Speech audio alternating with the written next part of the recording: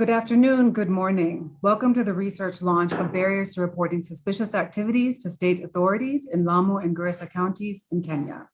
This research took place under the Strengthening Community Capacity and Government Coordination in Preventing Radicalization and Terrorist Recruitment program, on which RUSI partnered with Search for Common Ground, Ijara Women for Peace, and Kiunga Youth Bunge Initiative.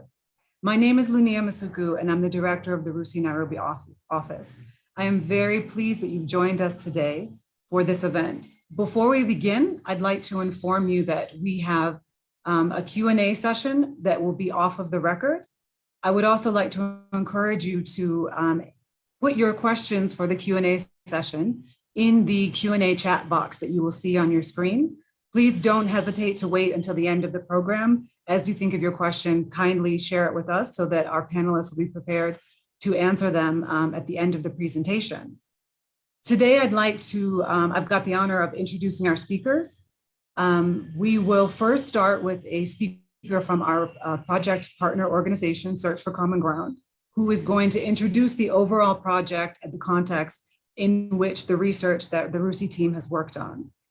We will then go into a presentation on the key findings from the research report.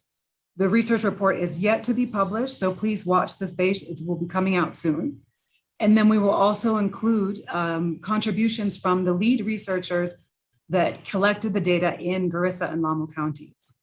So allow me to begin to introduce today's speakers, and then they will start. The first speaker, as I mentioned, is Mohamud Haji. He is a program officer with Search for Common Ground. He has been the focal person for the project, which is referred to locally as Kwa Pamoja Tuzie Bala. He has been working on issues of peace and PCVE for the last 7 years in Kenya and is currently based in Garissa County. The principal researcher on the project is a longtime research consultant with RUSI. His name is Timothy Kimayo. He's got 5 years of research in the prevention space and has been working with RUSI on prevention, capacity building, and M&E for several years. We also have contributions from Abdikader Dakane. He is a Lamu County-based CVE champion, capacity building trainer, and researcher. We also have a contribution from Aden Ali. He is a Garissa County-based CVE champion who has been working in governance and peace building in local communities in Kenya for a number of years. Finally, the Q&A session will be led by Martine Soyden. She led on quality assurance for the project. She is a published CVE researcher who has been working on CVE research and implementation for over 8 years in Kenya. So allow me, again, thank you for being here with us today, and allow me to hand over to Mohamud Haji from Search for Common Ground.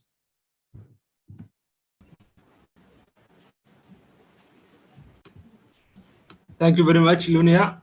Good afternoon, everyone. My name is Mohamud Haji. I am a program officer at Search for Common Ground, Kenya, and I have been the focal person of the project Kwa Pamoja Tuzuie Bala. Please allow me to give a brief overview of the project. The Kwa Pamoja Tuzuie Bala is a 24-month project that is supported by PREACT. That is the Partnership for Regional East Africa Counterterrorism under the US State Department. The project is implemented in 2 counties, that is Garissa and Lamu County, and it is implemented by 4 consortium partners led by Search for Common Ground. And the other partners are the Royal Services Institute, that is RUSI, the Royal United Services Institute, Ijara Women for Peace, and Kiunga Youth Bunge. The project was informed by the need to have increased trust and collaboration between community members and security actors in Lamu and Garissa County. And the underlying contextual situation that informed this project was the Camp Simba attack in January 2020, when approximately 30 to 40 attackers invaded the camp, killing 3 US servicemen and also destroying military equipment. And you can imagine it is very unlikely for an attack of such magnitude, an attack that carried 30 armed men or 40 armed men, considering what the correct figure is, and no one has reported any suspicious activities regarding that. And the project activities and the objective were based to respond to some of those issues. So the specific objective of the project was, number one, to strengthen community-led CVE relevant support and response structures in Garissa and Lamu County, and number two, and most importantly, to increase trust and collaboration between community members and relevant local government and security actors in Garissa and Lamu County. And the project was targeting 3 tiers of stakeholders. Tier number one, which is community influencers, who are predominantly youth and women who have credibility, trust, and reach within the networks of individuals at risk. The second tier of stakeholders was community frontliners. And the community frontliners are the first responders to community-related issues. These include teachers, religious leaders, social workers, elders, herdsmen, among others. The last tier of stakeholders was civilian, government, and security actors. And the reason for this was to bridge the gap between the community and the security, and that we can get collaboration in response to issues of VE. The project have done a number of activities that fed into some of these objectives. We have done capacity development activities. The project has trained TOTs that were comprised of community stakeholders. There were also training that was targeting security and CSOs, known as capacity building training for champions. And there were activities geared towards bringing the community and security together. These activities include community security forums, town hall, tandem maskanis, whereby we paired a trained youth influencer and a trained security officer to go together to the maskanis where young people meet and make stories, so that they can make friends and they can disseminate issues of the prevention and countering of violent extremism. In addition to that, I think the recommendations coming from the community level activities and the recommendations coming from the security level activities were implemented through an initiative called Small Grant Initiatives, whereby the project supported 8 groups, 4 in Lamu and 4 in Garissa, that are based at the local community level, so that they can go and implement activities in hard-to-reach areas in Garissa and Lamu County. The barriers to reporting was one of the major deliverables from this project. And the reason for that is to answer the question as to why people are not reporting suspicious activities, and even to define what those suspicious activities are, and also to give a chance to the stakeholders and the policymakers to understand why community members are not reporting, so that they can embed this in their day-to-day activities. So thank you very much for joining us. We are very glad you are here. And at this time, I would like to invite the principal researcher, Timothy Kimayo, to take us through the presentation. Thank you. Okay, thank you, Mahmoud, for that very detailed background information. My name is Timothy Kimayo, and I was the principal researcher for this assignment. And I was assisted by Abdikadir from Lamu and Aden from Garissa. So you'll allow me to share my screen for the presentation.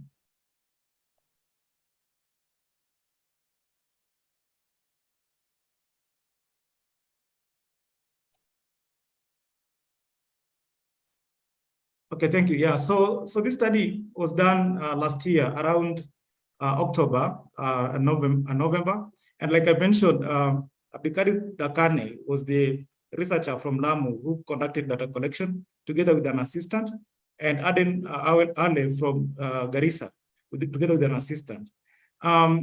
This research aimed at understanding communities' level of awareness of what constitutes suspicious activity and the role that they play in reporting such kind of activities to the law enforcement authorities. As regards to the methods and approach, we employed a purely qualitative data collection exercise where we did key informant interviews and focus group discussions with the select we can say project beneficiaries, and Mahmoud had mentioned some of them. So we did a purposive sampling where some of those who took part in the study who are beneficiaries of the project. And then we also sought referrals from the researchers, as well as referrals from the project partners. This study was conducted in 2 locations in Lamu, that's in Peketoni and Witu. And in Garissa, it was conducted in Garissa Township and Masalani area, that's in Ijara town. So we had 8 focus group discussions for women and youth, as well as 24 key informant interviews for the NGAO officials. NGAO stands for the National Government Administrative Officers. We also interviewed some police officers who are vetted, and we also talked to the religious leaders, as well as chiefs and the Nyumbakumi leaders. This methodology was approved by RUSI's Internal Ethical Review Committee, as well as Kenya's NACOSTI. NACOSTI stands for National Commission of Science, Technology, and Innovation. So before even I give you the key findings of the study, allow me to share with you 2 challenges or limitations of this study. Like mentioned before, this project was implemented, or is actually currently being implemented in 2 counties of Lamu and Garissa. But for us, we went only into 2 locations in each of the county. So we did not cover the entire areas that the project is being implemented. Like I mentioned, in Lamu, we went to Peketoni and Witu, and in Garissa, we went to Garissa Township and Masalani area. So the findings that I'll be sharing, of course, won't be totally representative of the project locations, but will give insights as to why communities do not report and the role that they play in reporting of these activities. We also wanted to see perceptions from women and girls on the reporting behavior. But women and girls were not really forthcoming in giving information. And this largely is explained by the culture where they come from, because they were quite hesitant to openly discuss issues on security. And at most times, they say they want to seek authority from their trusted people. For example, if a woman is married from the husbands, and if the youth from the parents. So those are kind of the 2 limitations. And for the gender aspect, we'll discuss this further. So the findings from the women and girls could be somewhat biased, because they're not really open in giving information or openly discussing matters security and matters terrorism. So to the findings. So first, we asked the respondents what, according to them, is suspicious activity or suspicious person. And the answers varied by person to person, and also by location. So for example, in Lamu County, most of the respondents defined suspicious persons to be youthful, who are non-locals and who appear to be isolated from the community. And they are sometimes seen residing near the Boni Forest. Boni Forest is one of the expansive forests that stretches from Lamu to Tana River, Garissa, and to Somalia. So to them, people who are suspicious are these youthful people who are non-local and they are kind of isolated from the rest of the community. And that sometimes they even ask, for example, the ways outside the community. So they want to know the routes in these communities, they want to know directions.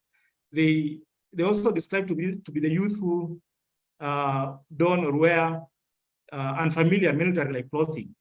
And they don't want to, they're only seen at night, or they don't want to be seen with the rest of the community. But when we ask people from Garissa County, most of them say the people they consider suspicious are those youth that have changed their lifestyle and they engage in drug and substance abuse. Others mentioned that suspicious people in their communities are those youths who skirt around the border area and live around Boni Forest or in the remote of the villages. So from this kind of responses that we got from the participants, it shows that there's really lack of information or understanding of what suspicious activities are. And that boils down to what actually do these participants of the communities report to the authorities.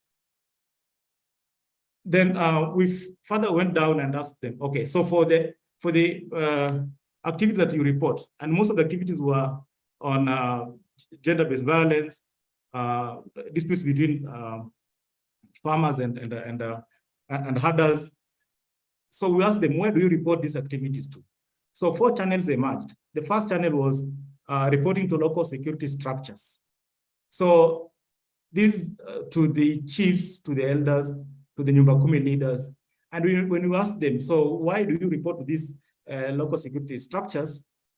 Most of them say that they are trusted, they can easily access them, and they know their problems, and that they can also solve those problems that don't need to go to the police. So this is the very first point where they report the activities that they consider suspicious. Others said that they sometimes go a little bit higher and report to Ngao officials at the county level. So these are the ACCs, the assistant county commissioners, deputy county commissioners, and security agencies at that county level, the police commander, and even the OCS at that level. So, but when you ask them now, why then do you move from the local security structures to this county level Ngao and police officers? So they say they usually report to these people at this level when the matter is considered complex and requires an immediate response.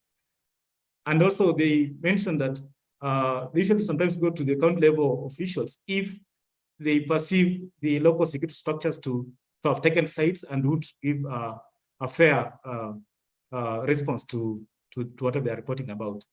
And then another channel that emerged was that, especially for Garissa County and Masalani area specifically, youth and women preferred reporting cases to the trusted interlocutors or the intermediaries, if you can put it like that. So if the youth who had their livestock, when they see suspicious persons, they first go to their parents or someone they trust. So they don't go to either the chief or the Nyumba Kumi leader. They go first to their parents and report. And for the women, they report to their husbands. So in this, when we narrowed down and asked, okay, so why should women first report to their husbands? So like I mentioned before, women are uncomfortable sharing such kind of information to what they label outsiders. So it's the head of the household who verifies that information and decides whether to report this information, say to the chief, to the Nyumba Kumi leader, or to the Ngao officials or the police. So they first report to the people that they trust before now that person, for example, religious leader, takes up that information and reports. Another channel of reporting was community members reporting to national government officials at the Ministry of Interior and sometimes at the presidency. But this was common, mostly observed in Lamu. And people talked about, following the 2014 Mpeketoni terror attack, some community members do have contacts of people at the national level, at the Ministry of Interior and at the presidency, where they call to report if they have seen something suspicious.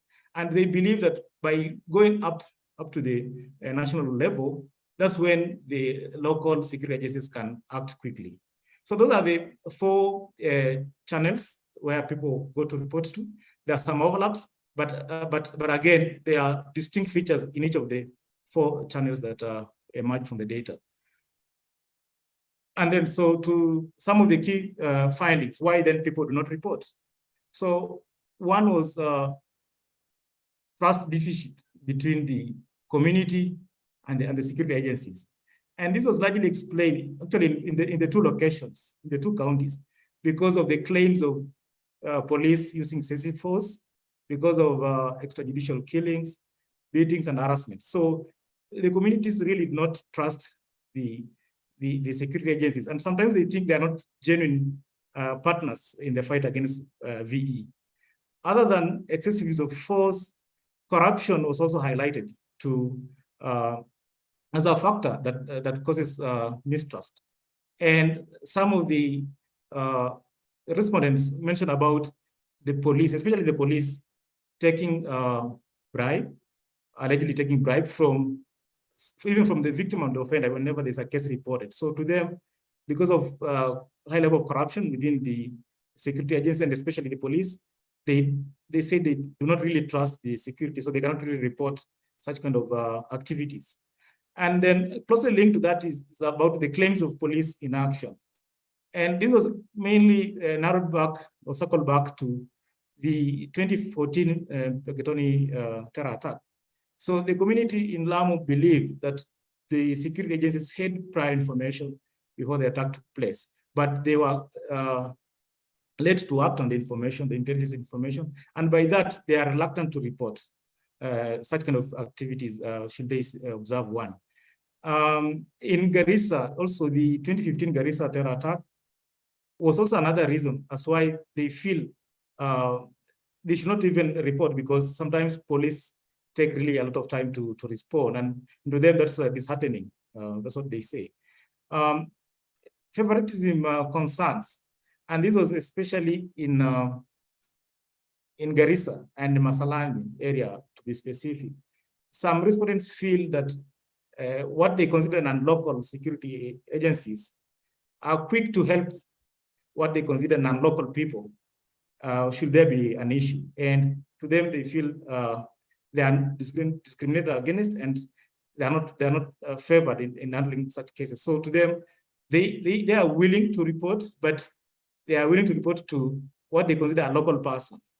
And maybe we'll have a recommendation from there later. I'll talk about that. And then another reason as why communities don't report is fear. And this fear is in three buckets. First is fear of the VO actors. This was mentioned mostly by those who come from near Boni Forest or in the remotest of the villages. So they say, okay, you can report, but after reporting, what happens to you? So your security is not guaranteed. So, and that they say sometimes these actors, the VO actors, target them with threats, intimidations.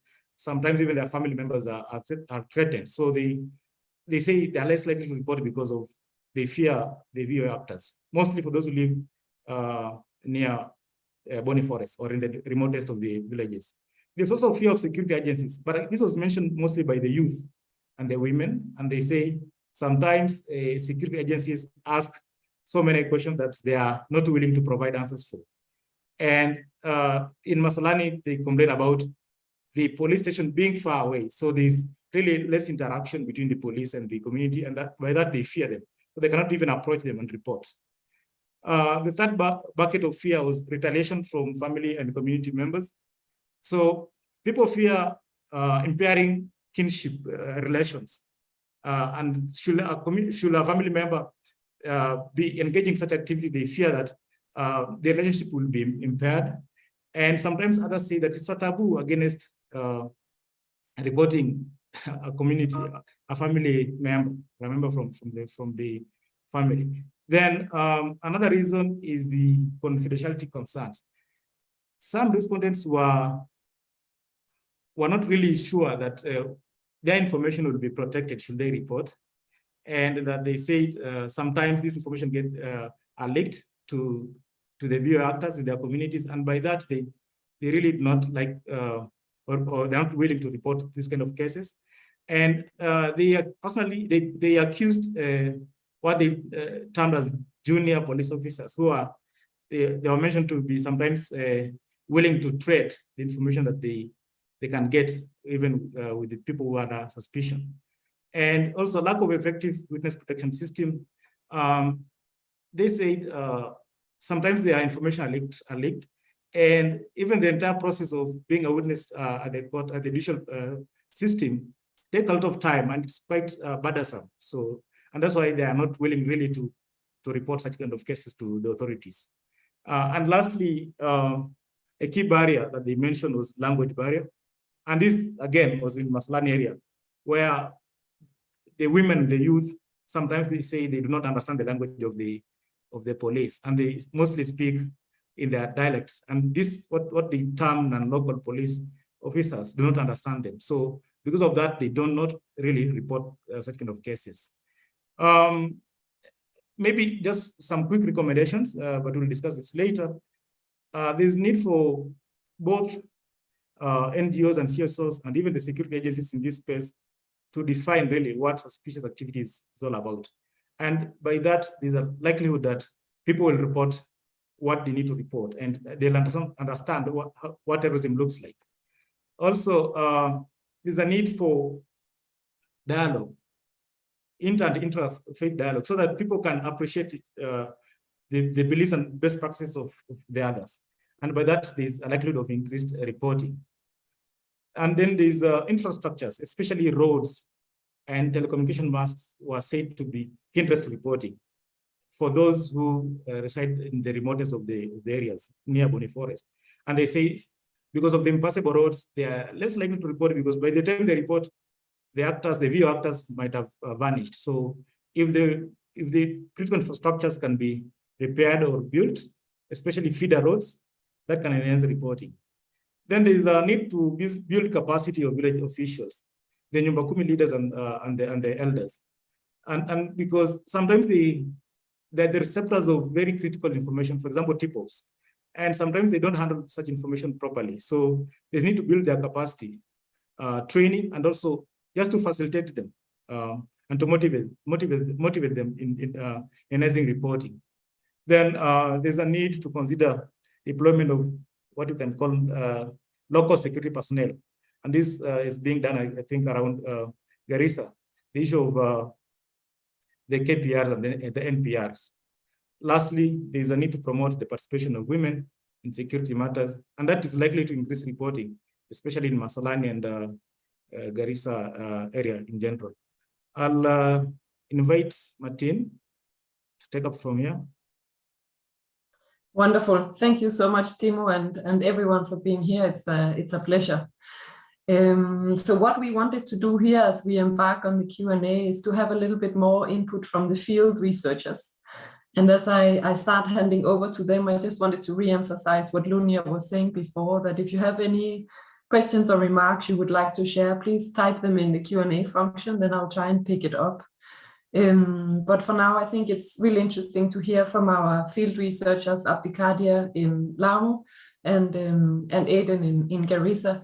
And I wanted to first have a little bit more of a feel from you, as you were the ones collecting the data. We all know, both as researchers and practitioners on this call, just how difficult it is to do this research and do research of such sensitive issues. So I wanted to ask you, first of all, in terms of this concept of suspicious activity, suspicious actor, reporting of something suspicious, how did people respond to that? And here you can perhaps also answer, what did the police or the security respondents think of as suspicious activity, and what did the communities? And secondly, as I invite first Abdikadia to talk, please also share a little bit around the methodology. How did you make your respondents comfortable in sharing this information with you, and what was your technique to have people to share in such a sensitive issue? If you had any challenges, perhaps you could share those, and also how you overcome them. Yeah, so let's start with those research, and then we move perhaps to programming later and the Q&A box. But for now, Abdikadia, please allow me to give you the floor to share some reflections on the methodology. And I should share to everyone that Abdikadia is calling us from Lamu, and I know that there's been some connectivity. Hello, can you hear me? Yes, please go ahead.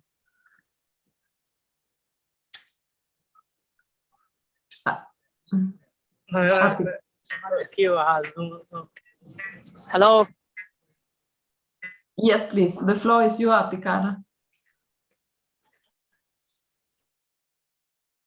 If you can hear us. Abdikadia, can you hear us? We have had some issues. As Abdikadia, as we figure out what we can do with your connection, then I might jump to Aiden in order not to lose time. So Aiden, can I instead hand over to you and for you to share some reflection on the methodology and the remarks I made before? Aiden? Thank you, Martin and Kimayu, Mahmoud, for the input. I will take up from where Martin has left. So as she said, I was conducting the research in Garissa County, especially in Garissa town and Masalani, as the sites where we were doing the research. And we had, different stakeholders, and each of them have their own challenges in understanding what we mean by suspicious activity. But of all, I think because there had been a lot of cases, terror activities in Garissa County, and mostly people were referring to when they hear about suspicious activities that are related to terror, and mostly they refer to youth who are mostly suspected as to be involved or to be recruited in the terror groups. So most of them could always relate to terror activities, to suspicious activities. Some of them also had some challenges even in reflecting, because in some of the places, like in Garissa Township, maybe there were no terror activities for the last 6 months, so people were not able to easily relate. But when it comes to Masalani, because we are having frequent IED attacks, we're having a round of movement for the VE groups, organizations around there, so people could easily relate to the suspicious activities. But today, mostly the suspicious activities were terror-related activities. And why we have chosen Masalani and its area is because Masalani is close to the border, and there is a lot of activities, terror activities that happen around there. Also, Garissa Township.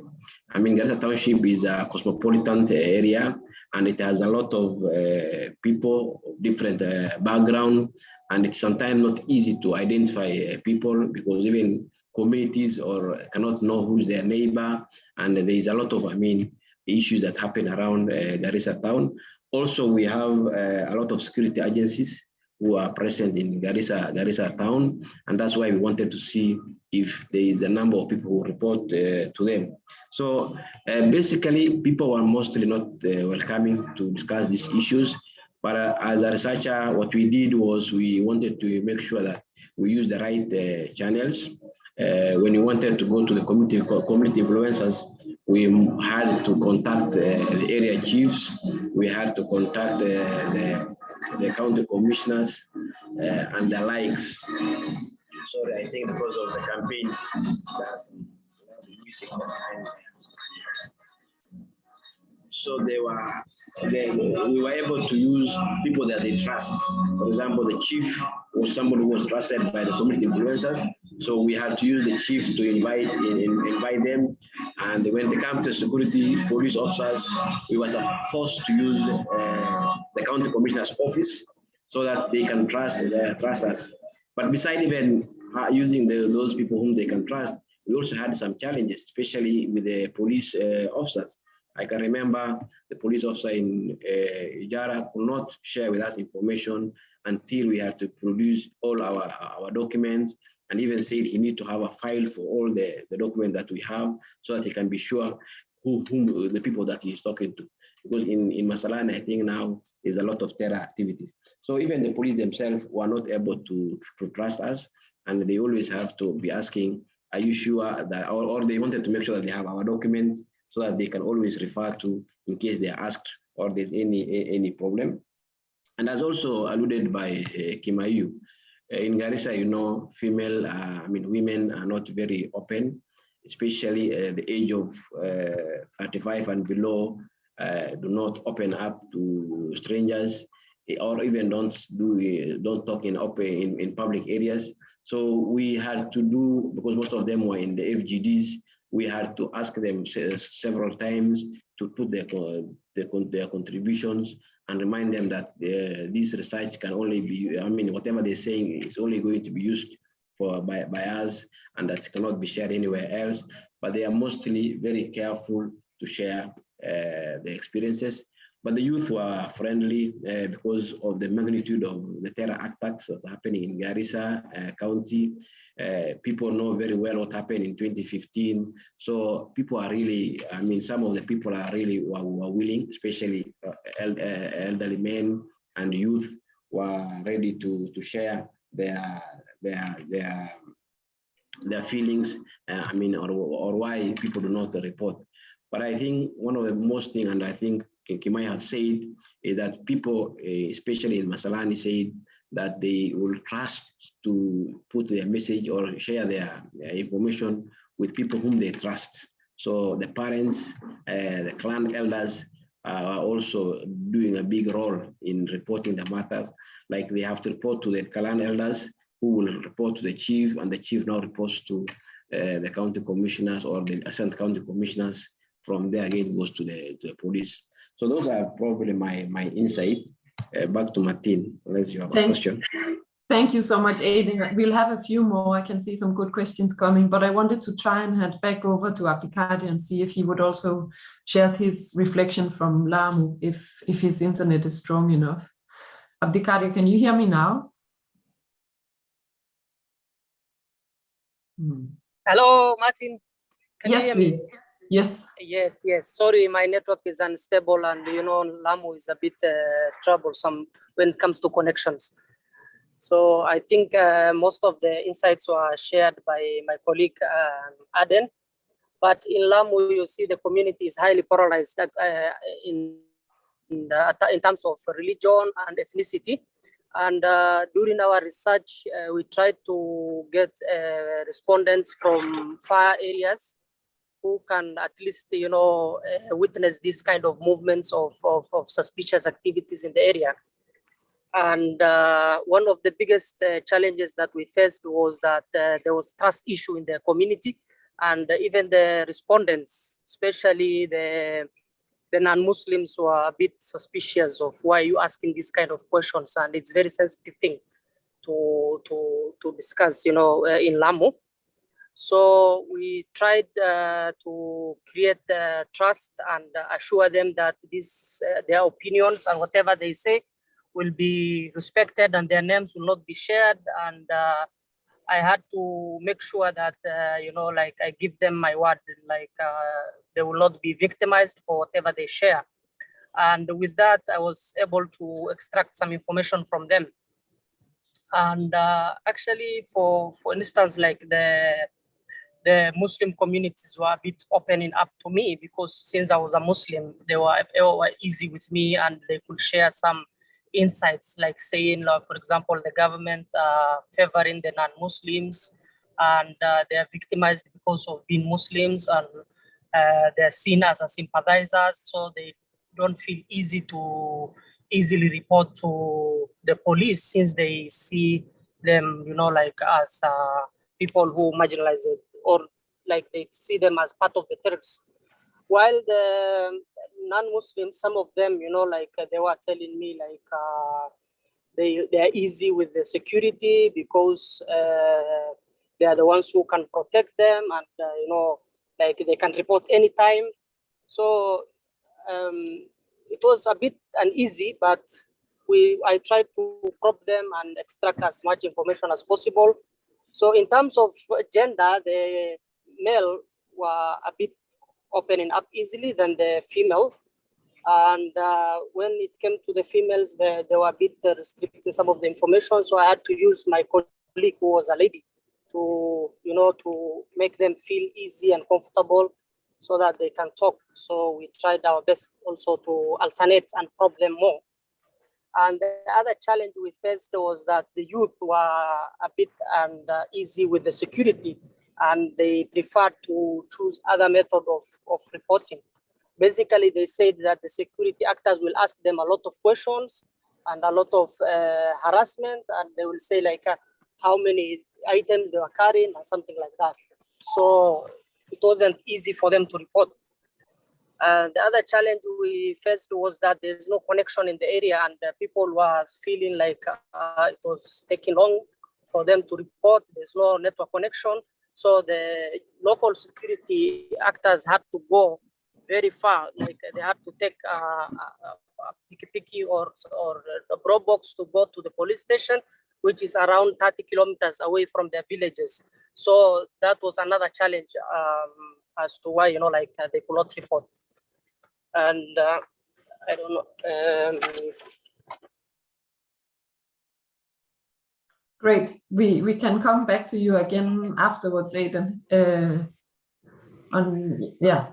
Perfect. We have had a lot of questions. Some Abdiaziz, I think we've answered yours. What I wanted to go to is a lady called Georgia. She's asking